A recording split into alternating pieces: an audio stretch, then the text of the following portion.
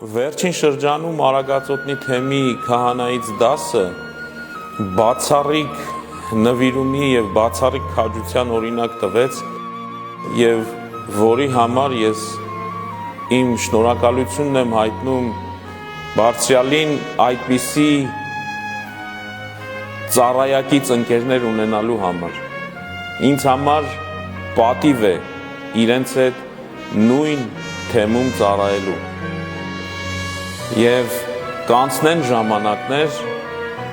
եւ ժամանակների հետ կանցնենք նաեւ մենք,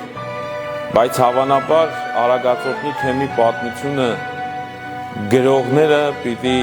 ասեն, որ երանի քեզ Մկրտիչ Սրբազան,